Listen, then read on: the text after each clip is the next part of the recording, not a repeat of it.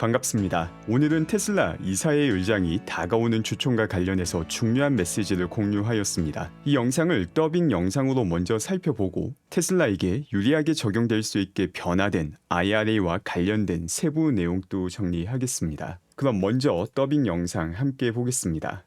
저는 테슬라 이사회 의장인 로빈 데넘입니다. 6월 13일에 연례 주주총회를 개최합니다. 올해는 특히 중요한 두 가지 제안이 있으며 여러분의 투표가 필요합니다.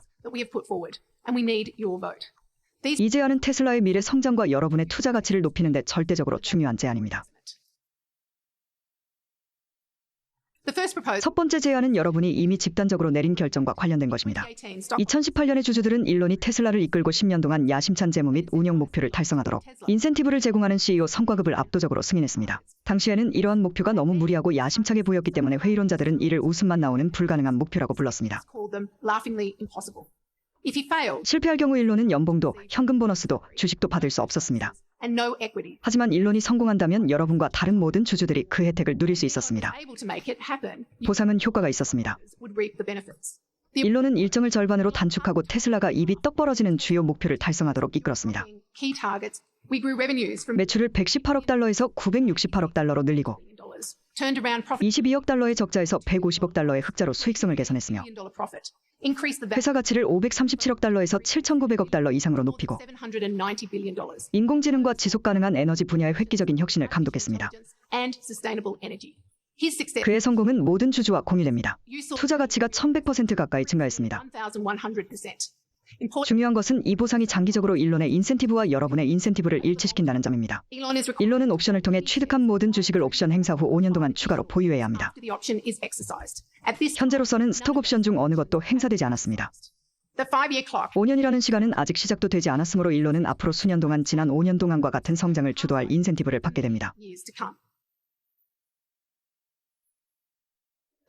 올해 초 델라웨어주 법원은 전례 없는 결정을 통해 주주들이 이미 큰 표차로 승인한 2018년 CEO 성과 보상의 취소를 명령했습니다.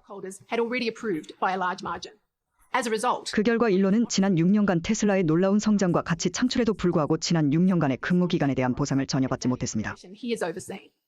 저희는 한 명의 판사의 의견이 회사 소유주인 여러분 모두가 투표한 수백만 표의 뜻을 무효화해서는 안 된다고 생각합니다.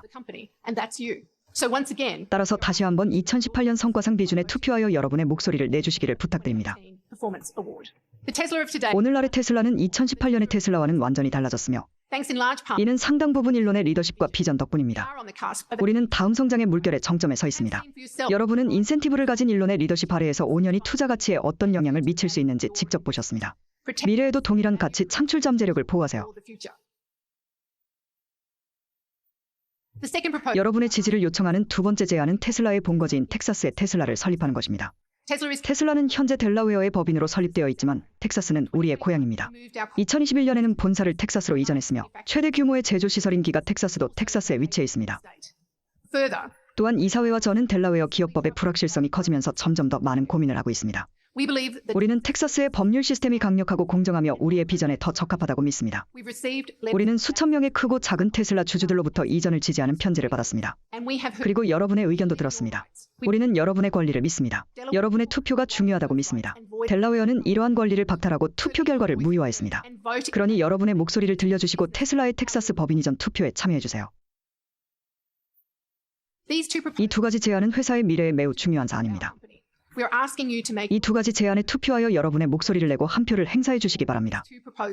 네, 이번 영상을 통해서도 또 아주 깔끔하게 설명해 주셨지만 많은 분들이 일론 머스크 보상안과 관련해서 오해를 하는 경우가 많습니다. 일론 머스크 보상안이 통과된다 하더라도 일론이 바로 매도할 수 있는 게 아니라 스탁 옵션을 받게 되는 것이고 스탁 옵션을 받고 나서 5년 뒤에 매도할 수 있게 되는 것도 아니라 스탁 옵션을 행사하고 주식을 획득하고 난 다음에 5년 뒤부터 매도할 수 있게 됩니다. 스탁 옵션이라는 것은 정해진 행사가로 테슬라 주식을 매수할 수 있게 해주는 파생 상품입니다. 2018년도 CEO 보상안이 통과가 되게 된다면은 일론이 이 스탁 옵션을 받게 되고 이 스탁 옵션을 행사하고 난 다음에도 5년 동안 물론 매도할 것이다 라고 생각하지도 않지만 만에 하나 정말 예상하지 못한 이벤트가 생겨서 매도를 해야 되는 상황이 발생한다 하더라도 법적으로 5년 동안 매도가 불가능합니다. 테슬라의 주가가 올라가게 된다면 가장 큰 혜택을 보는 게 일론 머스크가 되는 것입니다. 최근 들어 당장 눈앞의 주가와 변동성에 함몰되어서 큰 그림을 못 보는 경우가 많지만 과거 미친 듯한 테슬라의 성과는 일론의 리더십 아래에서 진행이 되었던 것입니다. 지금 역시 과거와 똑같은 혹은 과거보다 더 빠른 혁신이 테슬라 안에서 만들어지고 있으며 일론의 과거 보상안이 통과된다면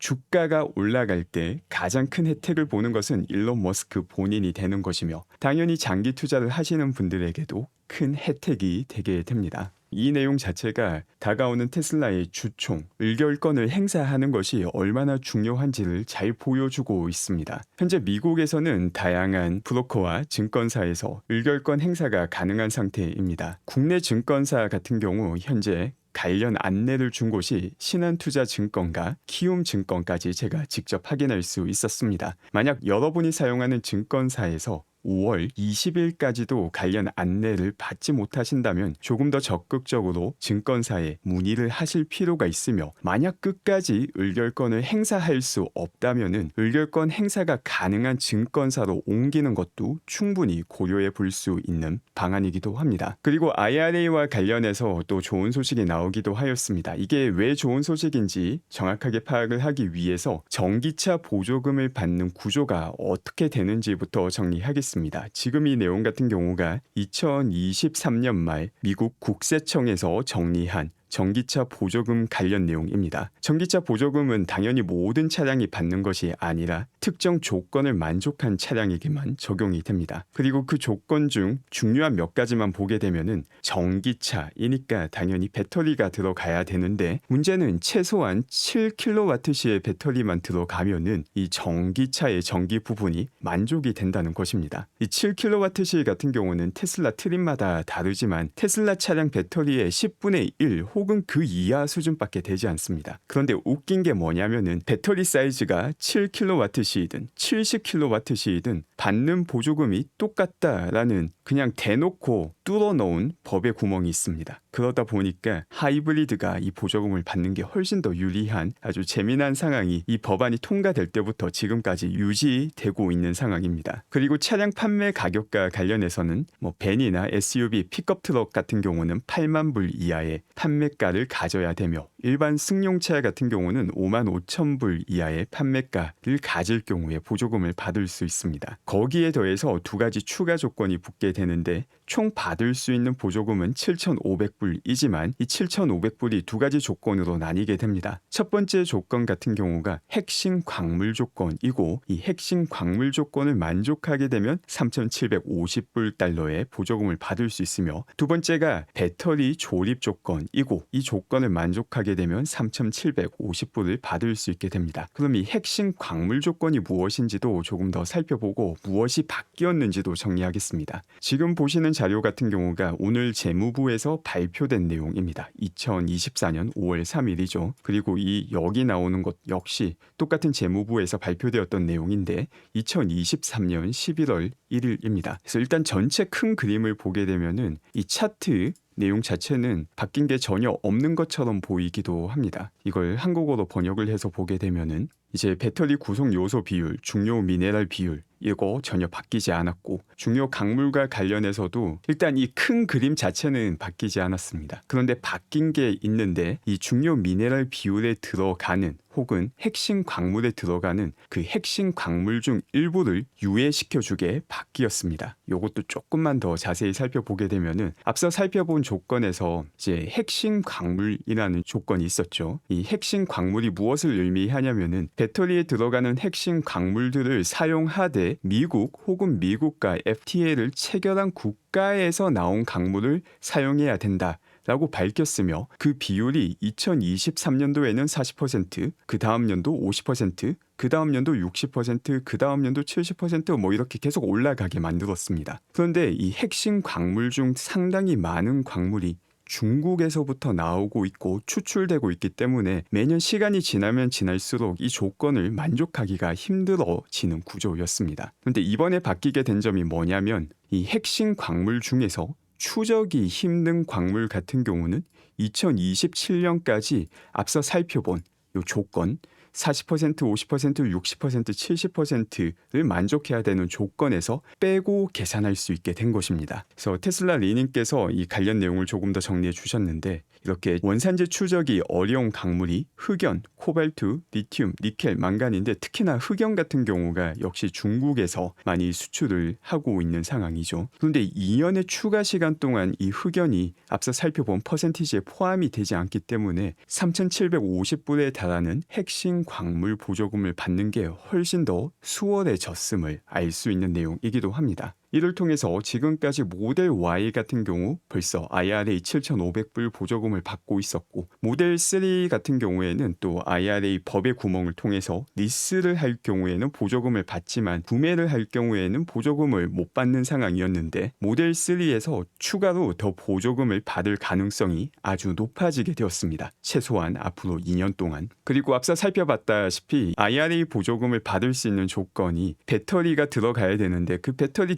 규모가 사이즈가 상관이 없었기 때문에 하이브리드가 이 보조금을 받기가 훨씬 더 유리한 아주 웃긴 구조이기도 합니다. 원래 법이라는 게 뭔가 엄청난 것처럼 보이지만 자세히 뜯어보면은 또 모순이 아주 많죠. 이 법을 만드는 사람들이 멍청해서 그런 게 아니라 이게 전부 다 산업에서 압박이 오기 때문에 이제 내연차들도 먹고 살 수 있게 해주기 위해서 만든 하나의 구멍이고 그 결과 하이브리드가 또 잘 팔리고 있다라고 포드 CEO가 이야기를 하고 있기도 합니다. 이 역시 왜 하이브리드를 만드는지도 잘 보여주죠. 조그마한 배터리 하나 넣고 7,500불 보조금을 받으면 남는 장사이기 때문에 미래가 없다 하더라도 일시적으로 숨통을 틔워줄 수 있기 때문에 하이브리드가 인기를 끌고 있다는 것을 볼 수 있기도 합니다. 그 밖에 테슬라의 소프트웨어 역량을 보여주는 내용입니다.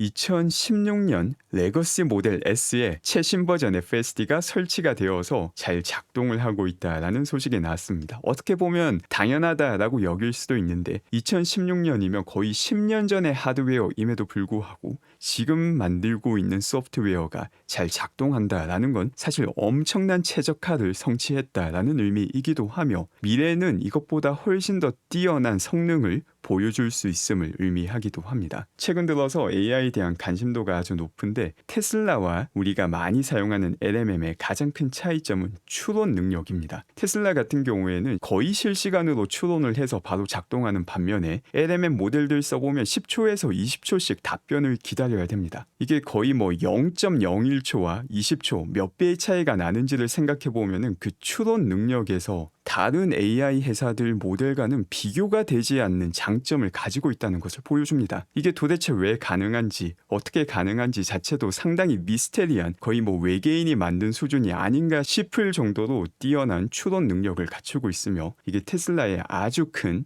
주요 역량이기도 합니다. 또 그 밖에 X에서 주요 소식이 나오기도 하였습니다. 일론 머스크가 하나의 글을 재게시했는데 이 글을 보게 되면은 일론 머스크가 본인에게 이메일을 보내서 요청을 한 내용이 있는데 X를 통해서 AI 뉴스를 만들고자 한다라는 계획입니다. 그리고 AI 뉴스를 통해서 성취하고자 하는 게 정보가 어디에서 나왔는지 출처를 인용하고 최대한 정확하고 시적절한 정보를 제공하는 것입니다. 최근 보게 되면은 다양한 정보는 범람을 하는데 정보의 질은 점점 더 낮아지고 있고 팩트 면에서 사실과 정반대인 이야기를 하는 경우도 많으며 심지어 똑같은 팩트를 가지고 해석을 정반대로 하는 경우도 너무 많습니다. 그렇기 때문에 단순하게 정보를 많이 접하는 게 아니라 제대로 해석하는 능력이 더욱더 중요한 시기이기도 한데 그나마 노이즈를 줄이기 위해서 AI 뉴스를 통해서 잘못된 기사를 최대한 가려내겠다라는 의지를 일론 머스크가 밝힌 것이기도 합니다. 물론 이는 쉬운 내용은 아니고 어느 정도 시간이 분명 걸릴 것입니다. 하지만 AI 뉴스를 통해서 가장 정확한 뉴스를 접할 수 있게 된다면 이거 역시 함의가 상당히 크게 됩니다. 더 이상 사람들의 클릭을 유도하기 위해서 온갖 잘못된 뉴스가 사실상 모든 곳에서 나오고 있는 상황인데 그 상황이 많이 바뀔 수 있게 됩니다. 그리고 일론 머스크가 재미난 글을 올리기도 하였습니다. 미래에는 사람 한 명당 얼마나 많은 휴머노이드 혹은 옵티머스를 사용할까라는 질문에 대한 답을 하였는데 사람 한 명당 최소 2대 혹은 3대, 4대까지도 옵티머스 혹은 휴머노이드를 사용할 수 있을 것이라고 답변을 하였습니다. 물론 이런 휴머노이드 같은 경우에 지금 당장 우리가 성과를 볼 수 있는 분야는 아니기도 합니다. 다양한 휴머노이드 로봇을 보게 되면 옷 개는 것 자체도 너무 힘들어하고 주름이 짜글짜글해서 옷 개는 게 참 힘든 일이었구나를 많이 느낄 수 있게 해주기도 하는데 현재 발전 수준을 절대적인 수준에서 본다면 상당히 낮지만 언젠가는 사람과 비슷한 노동력을 갖추게 되고 그렇게 되면은 가정 집에도 분명 존재할 것이고 우리가 사용하는 많은 상품을 제작하는데도 휴머노이드가 사용되기 때문에 사람보다 로봇이 더 많아지는 미래를 일론 머스크가 예측한 것이기도 합니다. 오늘 제가 준비한 내용은 여기까지이며 함께해 주신 분들 감사드리며 즐거운 주말 되시기 바랍니다. 감사합니다.